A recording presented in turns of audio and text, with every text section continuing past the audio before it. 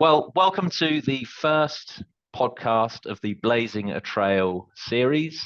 This is going to be a Salesforce dedicated podcast where I'm speaking to inspirational individuals within the Salesforce ecosystem and talking to them about their journeys and how they've got to where they are now.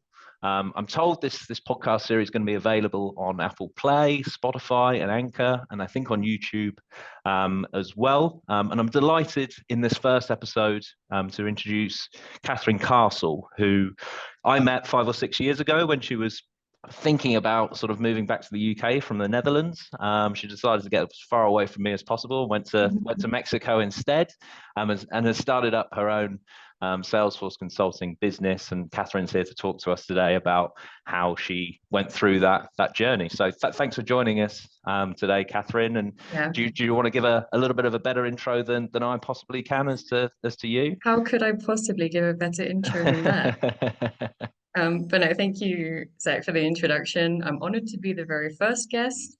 Um, I do think you've given a great introduction already.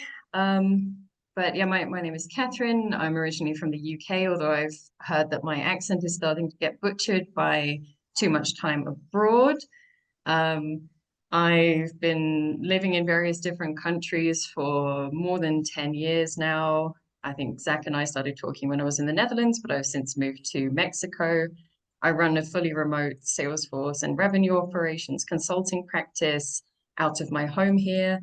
And we have employees across the United States and various countries in Europe. So excited to dig into the topic more and have an interesting discussion. Amazing. Thanks for that. So before we get into sort of the nuts and bolts of Candybox and how that's sort of come about over the last sort of two or 3 years or so, and how you've built that Salesforce consultancy, like you said, remotely from Mexico, but with people all across the States and Europe. Let's go back to the very beginning. How did you sort of first come across Salesforce?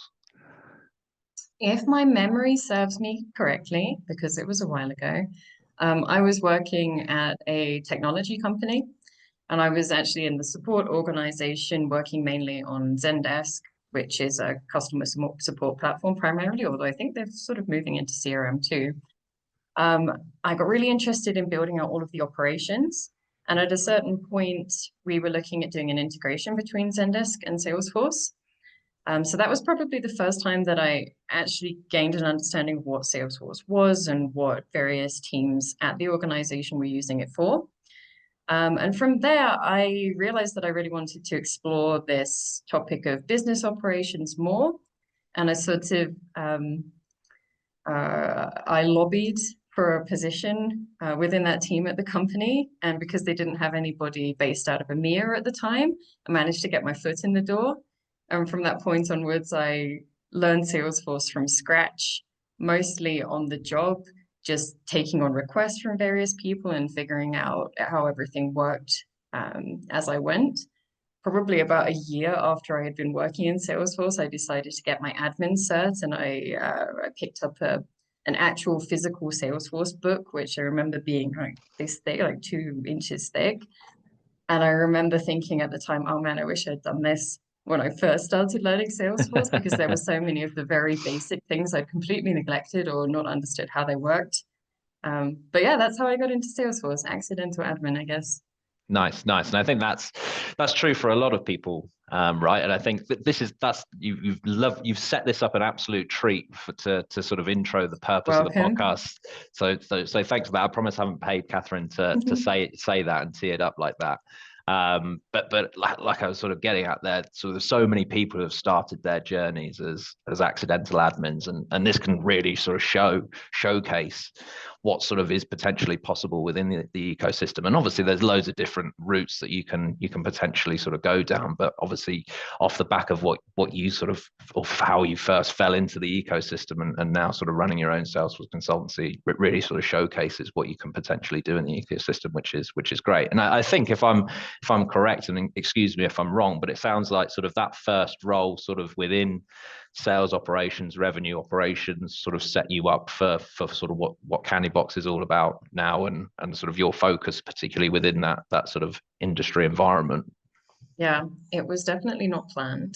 But ultimately, it worked out in my favor. So to take a step back, what my company Candybox does is Salesforce and revenue operations, both technically and strategy focused for primarily high-tech companies. So the company that I was working at previously was a SaaS company, and the business operations team that I was in, it was at the heart of all of the what we called go-to-market teams. So that meant that we worked with marketing, we worked with sales, we worked with partnerships, we worked with customer success, with customer support, and probably others as well that are not coming into my mind at the moment. And that turned out to be a real boon when I started Candybox, because what I would hear in the market again and again from my very early customers when it was just me operating more or less as an independent consultant was, hey, we've tried other consultants and they were technically competent, but they just didn't understand how a SaaS company or a high-tech company functions. They don't understand all of our acronyms. They don't understand the business teams and how they work together. They don't understand the use cases. And a lot of those companies, they tend to either be bootstrapped or they've got VC backing. And in both of those scenarios, you need to be moving fast and operating in quite a lean way. And you need to be able to work with a consultant that picks things up quickly, or already has an understanding of how your business operates, because you can't really afford to spend a lot of time explaining what to you are the basics to your consulting partner. Yeah, that makes sense. And I guess from obviously we've jumped around a little bit here, but that's all good. When was it for you when you sort of first thought from that sort of first year and sort of starting in that world and lobbying to be sort of a Salesforce specialist to then sort of getting to the point of, right, there's sort of a real opportunity here for me to carve out a niche within this area and set up my own business? Keeping in theme with the whole accidental admin storyline, I generally tell people that I started my company by accident, and I'm only exaggerating a little bit. The long story short is I decided some years ago, around about 4 years ago now, to make a big move, and I moved from the Netherlands to Mexico, which is where I still live now. I was still an employee at that point, but I couldn't continue being an employee because of labor laws. Makes sense. So I switched and became an independent contractor, still originally working at that same company. But more or less as soon as I made that switch, people within my network started reaching out to me, and I don't know how they heard, but they would say, oh, Kathryn, I heard that you're doing independent contracting work now. Do you have time to do this project or that project? And it all happened so quickly that within the first, I want to say 3 to 6 months, I had too much work to comfortably complete myself. So I started working with originally other independent contractors. And then within the first year, I hired our first full-time employees. So it was really identifying or lucking into a gap in the market. Like I mentioned a few minutes ago, at the time, it really felt like there weren't many consultancies that had that high tech, high growth, fast moving focus. And that's what seemed to really drive the early growth of Candybox is filling that particular gap in the market and doing a really good job at it, even though I do say so myself. And how did you sort of build up that network to sort of when you moved to Mexico to immediately be inundated with a number of sort of clients trying to tap into your knowledge? I would say I came to Mexico with that network pre-formed, even though I didn't necessarily realize it at the time. I don't consider myself to be a natural networker. I consider myself to be more of an introvert. But I was surprised when I actually started actively, thinking about the people I knew, to realize how broad my network was within the target market again, which is tech. And most of that was because of my prior experience working at a tech company. I'd worked with so many smart people at that point. They'd stayed for several years. They'd moved on to other places, and by that time, they were spread all across the tech landscape. A lot of them were in startups where they really needed a helping hand getting Salesforce off the ground or building something technical that they didn't have the chops for themselves.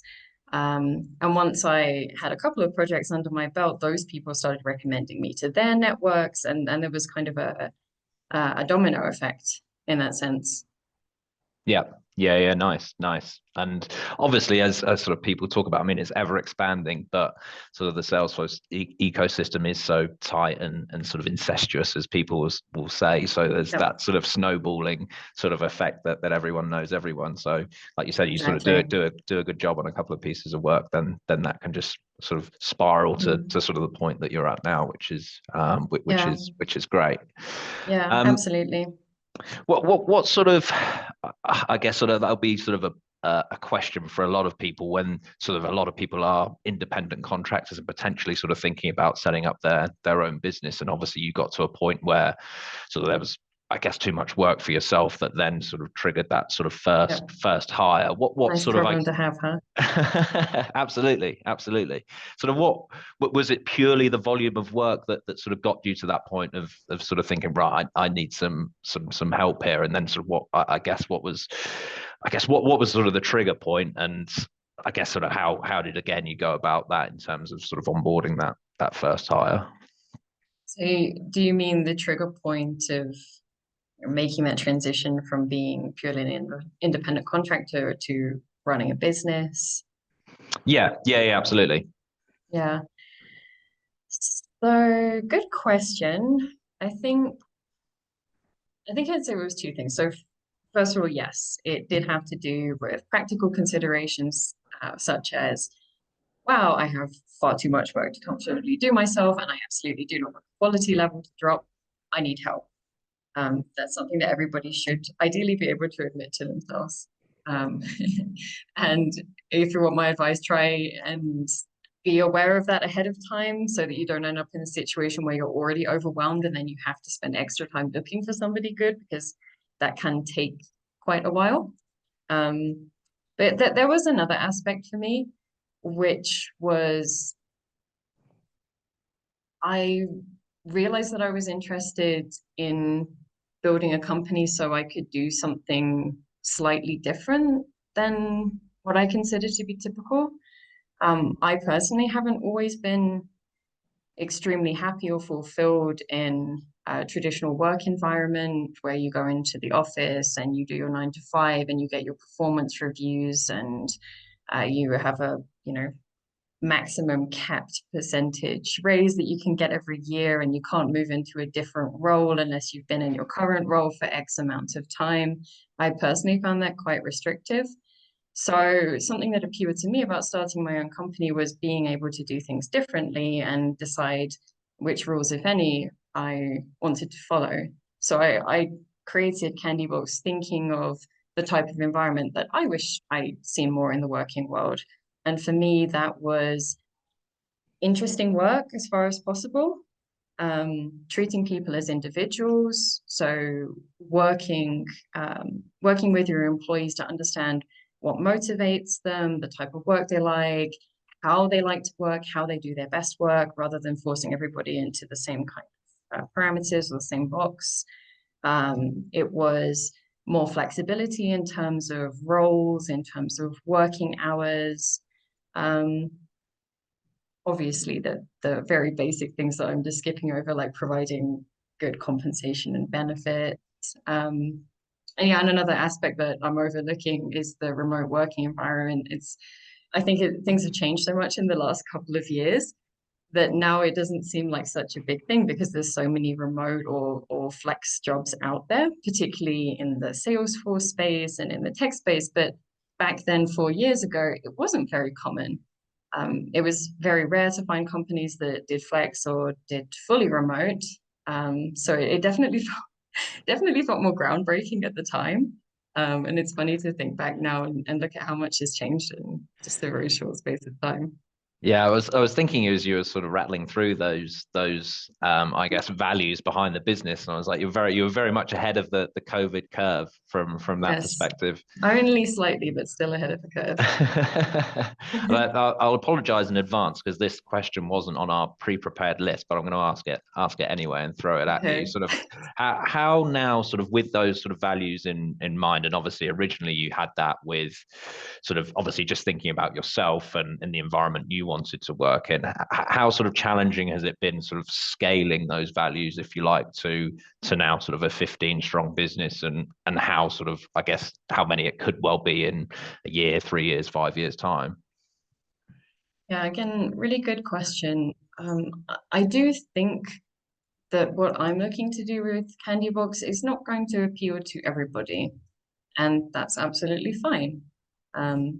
There's other types of companies out there that do provide maybe a more traditional or structured working environment. What I found is that there are lots of people who are looking for the type of work environment that I offer.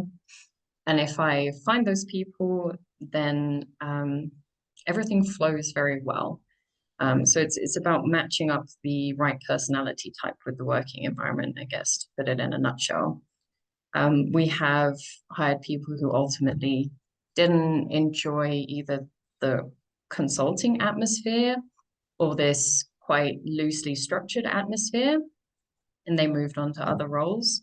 But in my experience, there are lots of people who are looking for this, and when you find the right personality, they do their best work this way.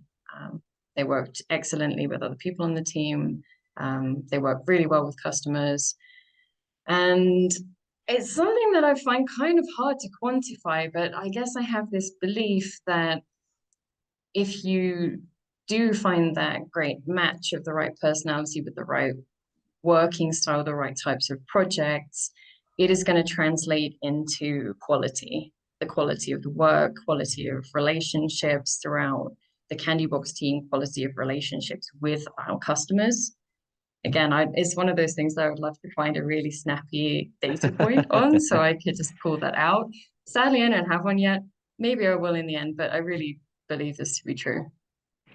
Yeah, yeah, no, absolutely, and that again sort of allows you, whilst there's obviously individuals that you want sort of sharing your common values, it's allowed you to sort of build a really diverse workforce, like we've mentioned, across Europe and the States, which is quite unique, I think, for a smaller business, sort of going from or starting from conception as you did to sort of where you are now, 2 or 3 years down the line, but establishing that workforce across both Europe and the States so quickly, which I've not really seen amongst sort of other businesses. Was that sort of something that you had in mind from the outset?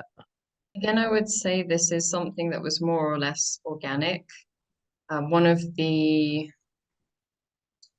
pros and cons of the way I started the company was that um, the growth of the company was driven by early demand. So I mostly responded to what that demand looked like, as opposed to sitting back and thinking about how exactly I wanted to structure the business and then going out into the market and seeing whether there was a fit.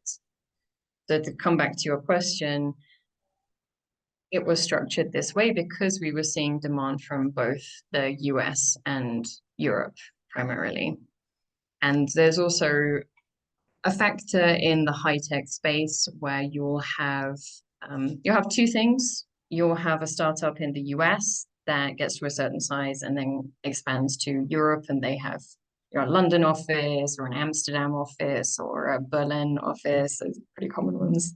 Or you have it vice versa, where you have a really promising European startup and eventually they open up US headquarters. And in talking to those companies, they responded really positively to the fact that we had a presence in both of those time zones. I won't lie, there are logistical difficulties sometimes with the company being the size it is. How do you effectively structure your teams so that you can support two different locations? How do you make sure that you're responding within a reasonable time frame to any questions that come up? But on the flip side, I think there's positives. For example, we've been able to do quite complex releases out of hours for, say, the US branch of the company by utilizing resources that are based in EMEA. And they were able to push out, let's say, a big service cloud migration and do the majority of the early validation and testing while the bulk of the company in the US headquarters were still remotely, and vice versa. So even though things can get a little bit complicated and you have to be cognizant of how you're deploying your resources, by the way, I hate having to use the word resources, I mean people, but hopefully you'll forgive me for that. Yeah, there are also positive aspects that having people in different locations can unlock. Yeah, yeah, no, absolutely. And I mean, you've already given us some great content and advice through the first sort of 15, 20 minutes or so. But what sort of advice did you have when you sort of first started the business, and what sort of resources, I'll use the word again, did you tap into? Oh, no. So I'm thinking back. I think the majority of people who end up starting businesses are in a similar position to me, where they have experience doing the type of work that they're going to be doing as a business owner, but they haven't actually run a business before. So for me, the administrative aspects were an early challenge. I remember finding it so confusing trying to figure out, when can I hire someone and how does it even work to hire somebody? How do I pay them? How does that work? It all, I figured it out at this point, thankfully. But I just remember getting very hung up on those aspects. I wasn't hung up on any of the Salesforce or revenue operations work because I've been doing that kind of thing for 5 or however many years already. But just trying to figure out, how do you structure and operate a business was very difficult to begin with. So what I did to try and make my life a little bit easier with moderate levels of success was talk to other business owners. In my experience, people generally like to help each other. Not everybody is going to have the time to speak to you or whatnot. But if you reach out to people genuinely and you say, I'm trying to do this, could you spare 30 minutes of your time to talk to me about any advice that you have? They'll either say yes, or they'll say, I know somebody that would be great. Let me put you in contact with them. So I had a lot of early conversations like that, just reaching out to people very honestly, saying, I'm looking for help with this. Do you want to connect? I spoke to people in a wide variety of roles doing that, a wide variety of industries. I also connected with other Salesforce professionals who'd started their own businesses. And that's something I would continue to recommend, even though they're technically your competitors, depending on the type of projects they do. I feel like the market is really strong and there isn't a lot of competitiveness, at least in my experience. So don't hesitate to reach out to other business owners in the same space. And the other thing that made a big difference for me was not being afraid to spend money on other services professionals to help me run the business. Two of the people that I worked with early on were a financial services firm who were helping set up things like payroll, taxes, all of that's logistical kind of thing that can be very complicated when you're trying to do lots of other day-to-day tasks. And also a legal advisory firm that we still work with today, who helped us with contracts, who helped us with registering the business, understanding what our legal obligations were. They helped us with hiring, all kinds of different things that I wasn't even aware I would need to do, I think, in the beginning. But when I try and think about what it would have been like trying to figure all of that stuff out myself without their help, I think I would have been lost. Yeah, yeah, I can imagine.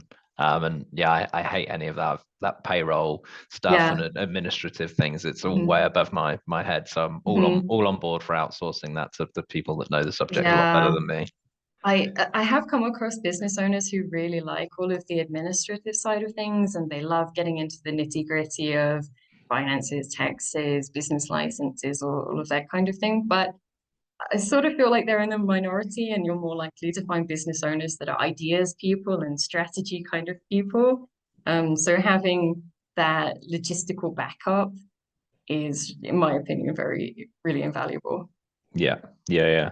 And I mean, all this info or stuff that you sort of have to do around sort of the actually sort of running the day-to-day business in terms of the strategy delivery, but then sort of the administrative side and payroll and all that kind of thing as well. It's sort of, I'm almost sort of getting overwhelmed by all everything that you sort of have to do. And I imagine sort of potential prospective business owners might be sort of thinking that as well, and sort of a little bit scared about it. Sort of, I guess, what advice would you give around that, or reassurance would you offer?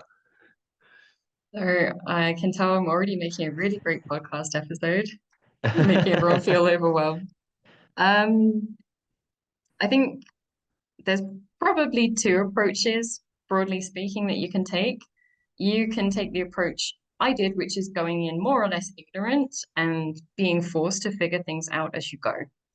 Um, this has some pros, namely, you don't get put off by all of the things that you have to do, and therefore you can't get talked out of,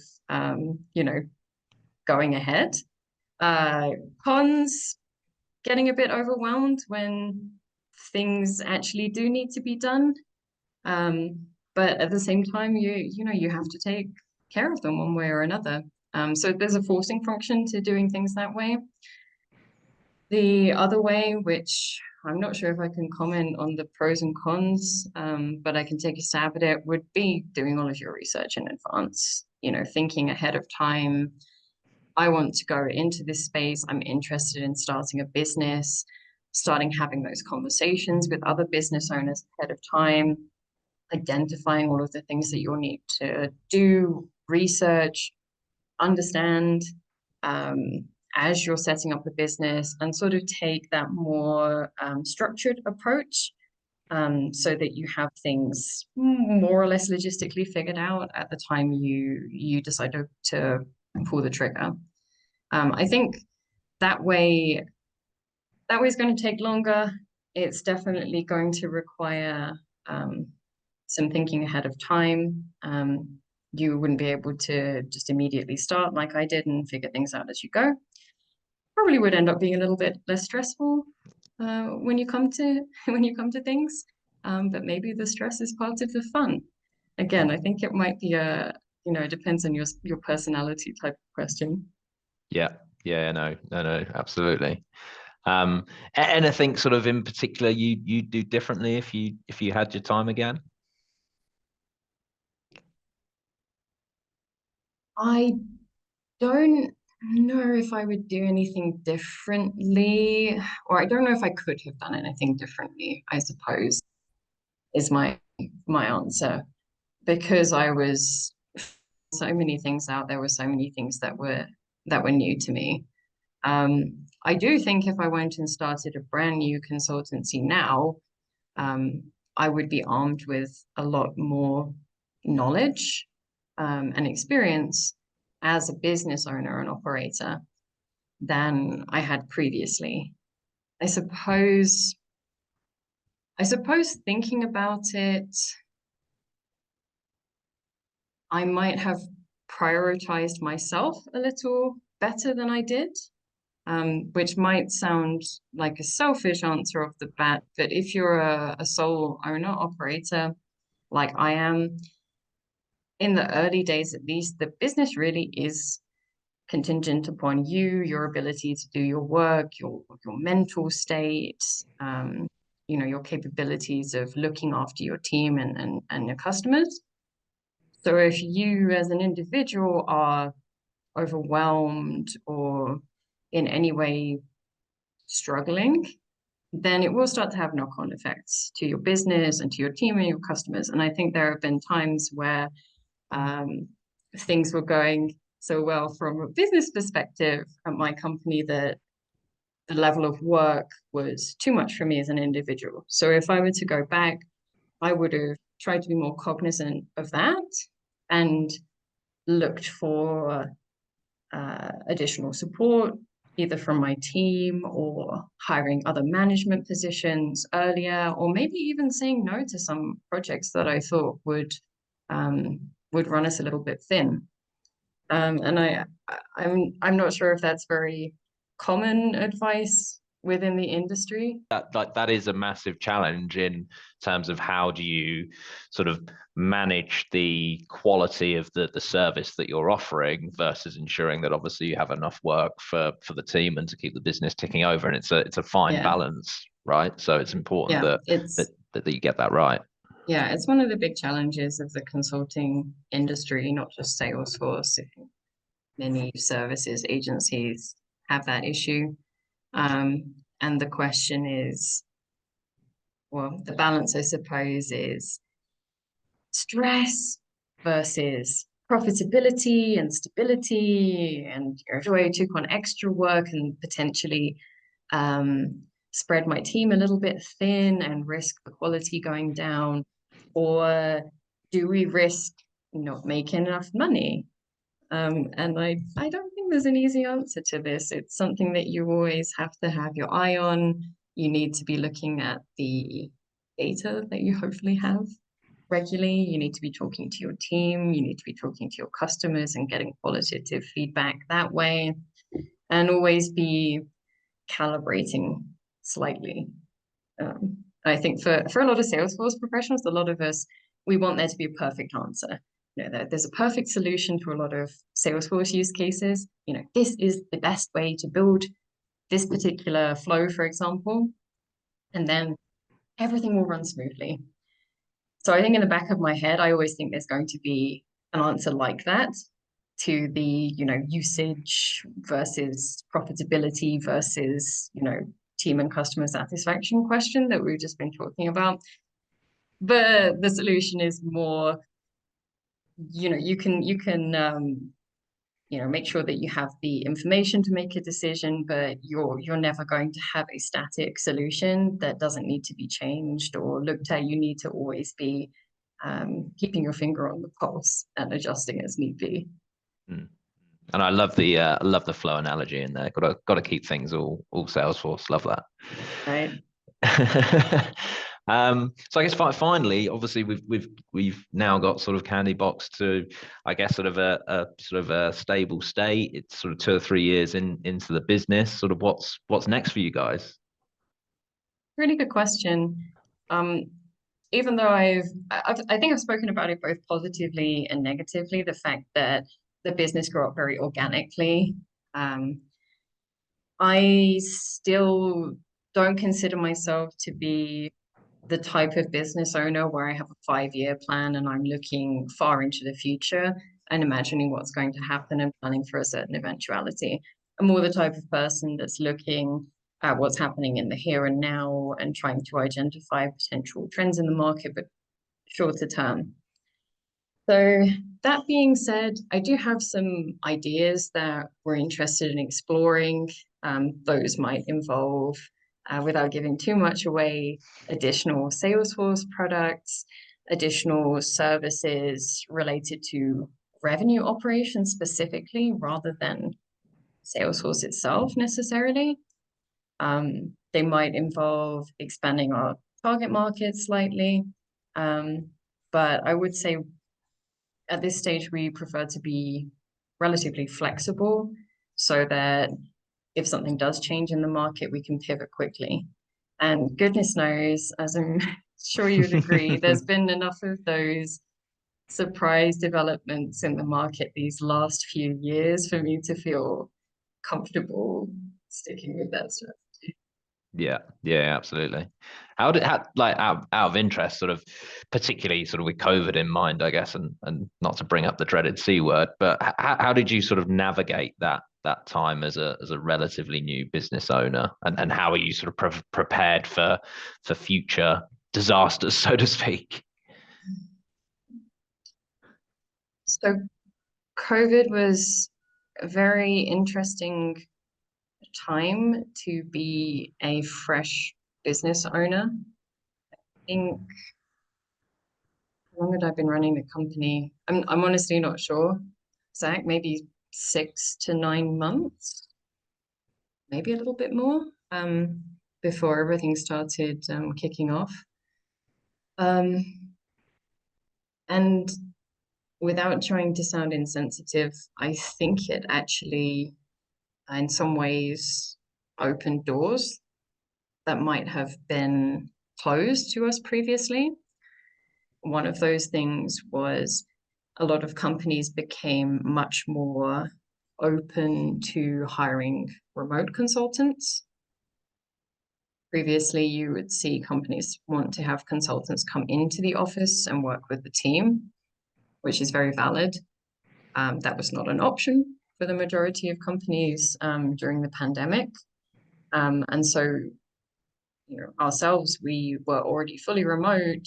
I think in some ways we had an edge over companies that had always relied on having an in-person presence because they were used to doing things that way, whereas we were used to working with people in all kinds of different time zones and running things over Slack and Zoom and Google Meet. I think there were also a lot of people who were looking for fully remote roles at the time. So the hiring market was really favorable for me. I was able to speak to a lot of really, really talented people and bring them onto the team because I was offering the type of work environment that, like I touched on earlier, was not super available up until that point, but was really, really desirable.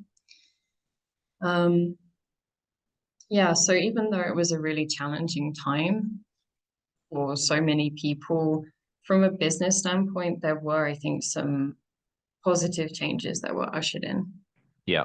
Yeah, and I think we found it ourselves actually as well in the fact that we're a relatively diverse business in terms of our geographical presences, and I think that's a massive advantage to you, the fact that you had that sort of European and American offering, and if sort of America was hurting at the time from a business sort of perspective, maybe Europe was in sort of a slightly better state for you to tap into, and vice versa at certain points. Yeah, that's a good point.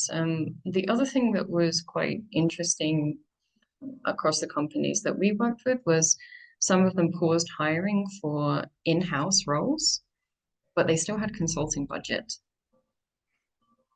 So that meant that even if they didn't have as large of an in-house team as they were hoping for, they could work with a company like us and still find a way to get traction in their revenue operations practice. Got you. Nice. I think you've given us some really great tips throughout this sort of 40 minutes or so, but any sort of final pearls of wisdom of anything that we sort of haven't covered that you'd sort of offer to anybody, say, in a similar position to yourself 3 or 4 years ago and thinking about sort of setting up their business, or even individuals who are sort of just stepping into that accidental admin-esque kind of role and thinking about where they can go next and how they can get to the point that you're at now? Yeah, so a general piece of advice is try not to limit yourself.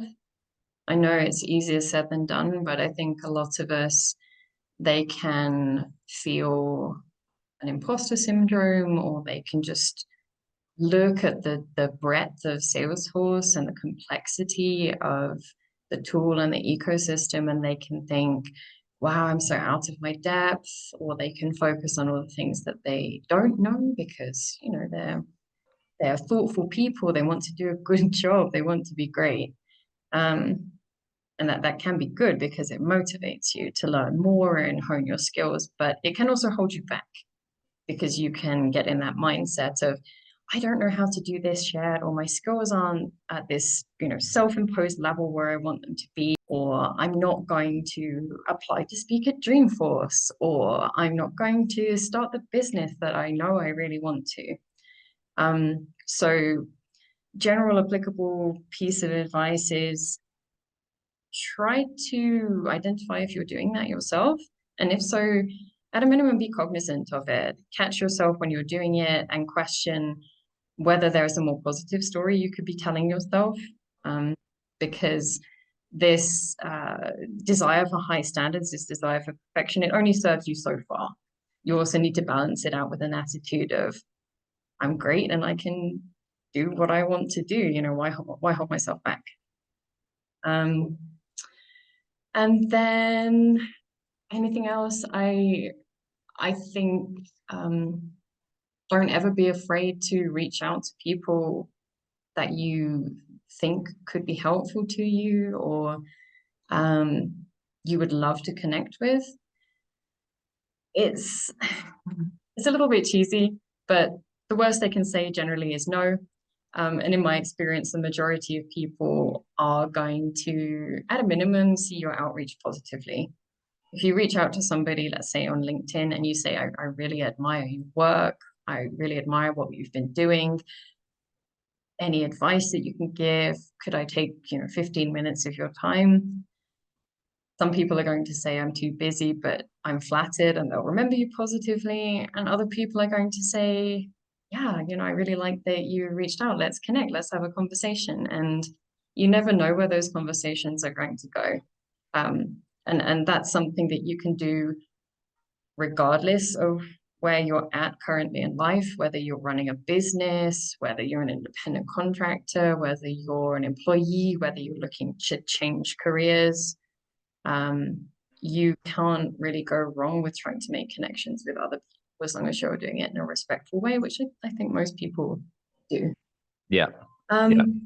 Cue your inbox now being inundated with people asking for help. So actually, you just teed me up for the final thing I was going to say. So thank you for that. I think that the last thing is try and pay it forward. That's something that I try and do. When people reach out to me and they want to have a conversation or get feedback on something they're considering or ask for advice, I think back to all of the amazing advice I've been given from various people and how much I appreciated it and how much it made a difference. And I want to be part of that and keep the positive momentum going. So I would say if you're in a position to do so, see if you can pay it forward to other people, see if there's anything positive you can put back into the ecosystem, into the world, because it builds that positive momentum. Amazing. I think that's an excellent note for us to end on. Thanks very much for being the debut guest on Blazing a Trail, Kathryn. I think you've given some great advice to potential business owners or even people just generally looking at sort of starting their Salesforce career and some of the routes they can go down. So thanks again for your time. Thanks to everyone who's tuning in and listening. And we'll be back again soon with our next episode of the Blazing a Trail podcast.